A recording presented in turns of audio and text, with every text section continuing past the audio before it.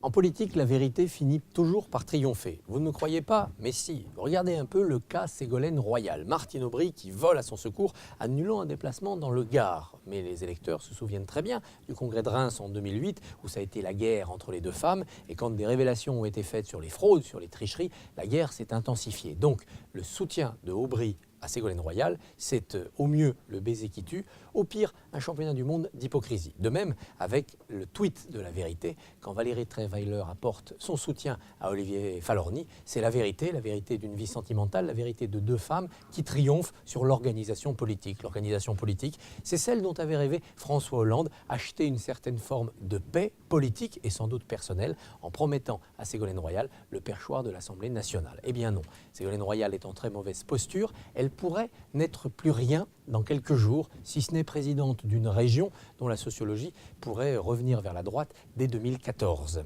Mais attention, une autre vérité en politique, c'est qu'on n'est jamais mort tant qu'on est physiquement debout. Si Ségolène Royal subit cette défaite, ajoutée à une double humiliation, l'humiliation du tweet et l'humiliation de la promesse non tenue, tu auras le perchoir, et oui, mais tu n'es pas élu député, eh bien Ségolène Royal pourra ourdir sa vengeance, qui est un plat qui se mange froid.